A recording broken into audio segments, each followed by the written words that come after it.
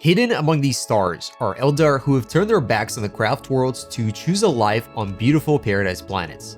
Meet the Exodites, the Wood Elves of 40k.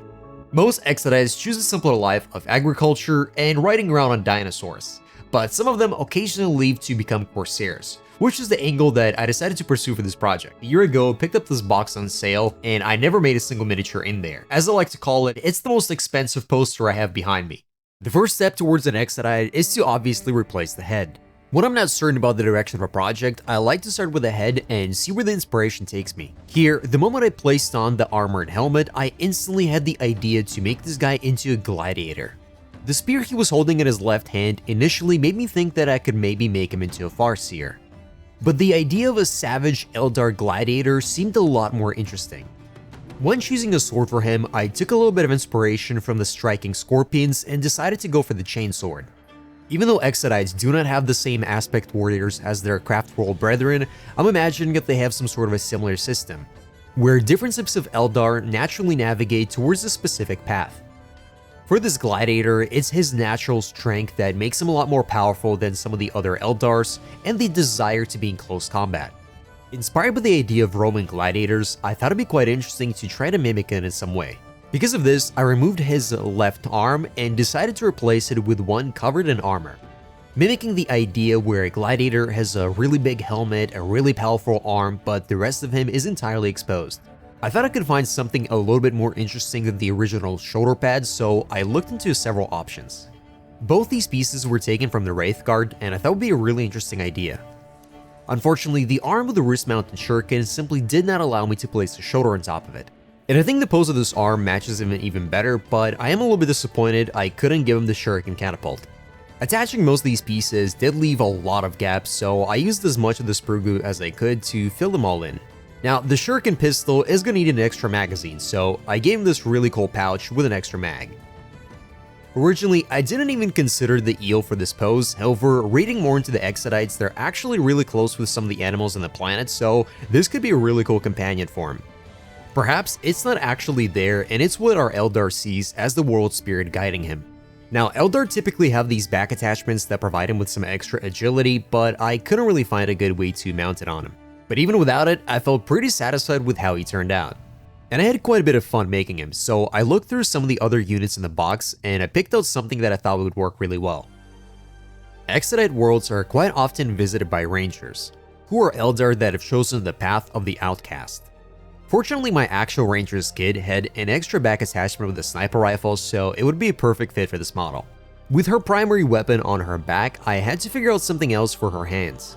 So I thought I would use the parts that I didn't get to use in the previous model and make them work for this one. What I found quite interesting is that because the shapes of their bodies were so similar, a lot of the parts were quite easy to modify, allowing me to get away with just using a little bit of sprue glue rather than having to get out the green stuff. Now, the wrist-mounted shuriken is from the Avengers kit, so it's not exactly a perfect fit, but I just really thought it was too cool not to use. I thought her pose was already really cool, but it could benefit from a little bit of cork just to make her stand a little bit taller. Most of my recent miniatures have been placed down on some texture paste, so I thought it'd be much more interesting to do something else and use a little bit of cork, which is always fun. However, when I went to glaze the actual cork with some super glue in order to make it harder, I entirely forgot the toxic fumes that created by this process. In order to speed up the process just a little bit more, I ended up dipping her base into some aquarium sand. I'm sure Exodite worlds have quite a diverse ecosystem, so perhaps she's currently standing in some sort of a mountainous region. And to make sure they both match, I also ended up doing the exact same thing for his base. I'm really satisfied with how they both turn out, and they just really honed into the whole Wood Elf aesthetic really well. Box also contains this massive shark that some Eldar are going to be riding, and I just gotta figure out how to make that happen. There's this third type of unit called the Mardi Thralls that look really cool, but they're so monoposed to the point that I really couldn't find a good way to make them work. Maybe somehow trying to cut them like at the waist and building up a body from there, but I'm not sure. Maybe in the future I'll try to figure something out. Hilariously enough, as I was recording this video, Games Workshop just released a massive relaunch for a lot of the Eldar models that looked really awesome. And I think I definitely want to try revisiting Eldar again, maybe picking up some of those box sets and making some different types of Wood Elves in the future. I've been playing some Rogue Trader recently, and there's this Eldar in the game that I think her armor looks really cool. So for my color scheme, I'll be mimicking something similar to that, but just in slightly different tones. When approaching this color scheme and these models in general, I face something that happens quite often. Having a color scheme I'm not familiar with and having all those tiny parts makes it seem like the entire thing will be impossible. So before we even got started painting, I had a bit of analysis paralysis and I just stared at the model thinking, where should I start? After quite a bit of time, I couldn't come up with a good solution, so I simply started painting with the first color that I had next to me. And once the ball started to roll, things got a lot easier. I proceeded to slap the base coats for all of the colors that I thought would go on this model. And for the skin, even though it started with Bugman Glow, I started to mix in a lot of yellow to try to match the artwork. Specifically yellow ochre, which I never tried mixing into this color, and the combination was surprisingly quite pleasant. And I think in the future, I'll definitely try to play around with this recipe a little bit more. For all of the other details, I mainly wanted to focus on very earthy colors and just hone in on the idea of these guys technically being wood elves. Whenever I paint multiple models, I prefer to paint them at the same time, so even though some ideas aren't exactly working on this guy, they are actually working really well on the Ranger. For example, the idea of a green loincloth didn't really turn out that great on him, but the waist cape on her looked fantastic in that color. Throughout most of the painting, I did find it that a lot of the ideas just didn't really transform that well on him, which was a little bit disappointing, but I did try repainting multiple things and just trying different ideas.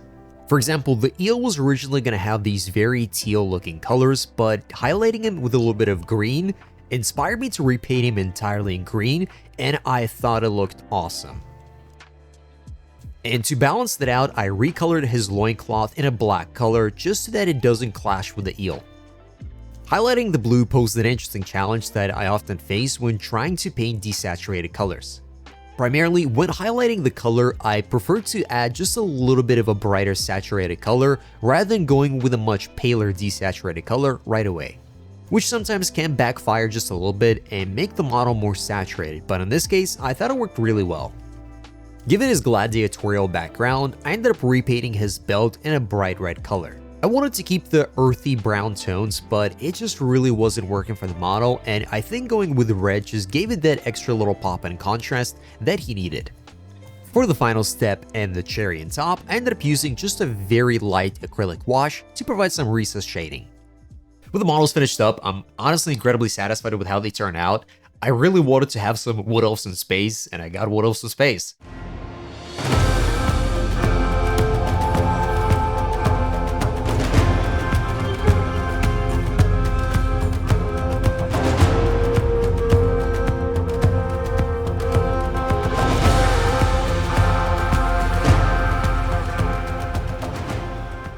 I also really realized this after I had them finished and done. I was just looking at some other Eldar models. Eldar don't really come in 40mm bases, unless it's like a Phoenix Lord or one of the special elites.